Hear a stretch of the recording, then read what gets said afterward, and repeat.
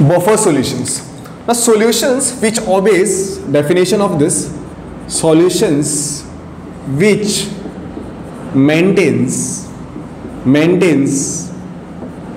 fairly constant pH even after addition of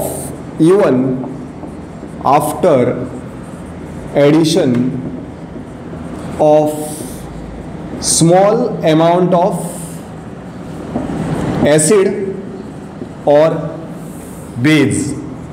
Small amount of acid or base. When you add small amount of, these are the solutions, when you add small amount of the acid to it, the pH is not going to change. Okay, that will be countered. So there are two kinds of buffers. One is acidic buffers. Actually these are the combinations, that is, it is a combination of a weak acid, plus salt of weak acid, right? It is a salt of weak acid, strong base. Okay, VASB means weak acid, strong base. Salt of weak acid, strong base. Weak acid, I mean. Okay, and then there is a basic buffer. Okay, we'll take the example of this, then I discuss about the basic buffer. There are two kinds of buffer. One is acidic and other is basic buffers. Okay, so acidic buffer I'll complete first. So example is this. This is a weak acid. When you combine a weak acid CH3COH plus a salt of weak acid, that is CH3COO Na, sodium salt of weak acid, right?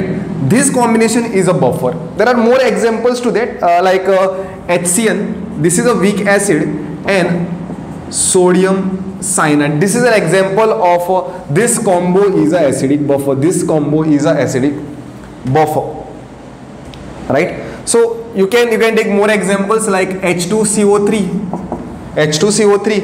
and K2CO3.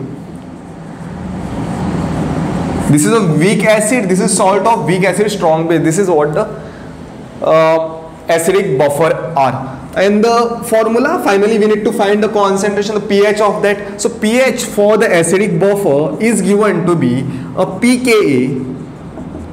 pKa plus log of concentration of the salt upon concentration of the acid.